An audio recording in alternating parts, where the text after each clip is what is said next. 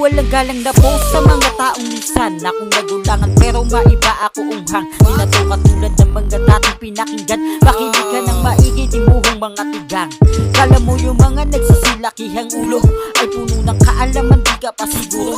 Nakinig maigi kaya di ka natututo. Lagi pa katandaan, huwag masyadong magkaloko. Baka dito muda natin ang hindi inaasahan. Pagkatalo makampante, di ko yan kailangan. Kasi gusto ko lagi akong nalilipasan sa gutom. Kaya sanay to laging makipagdigmaan. Ayokong mabusog ng isang panandalian.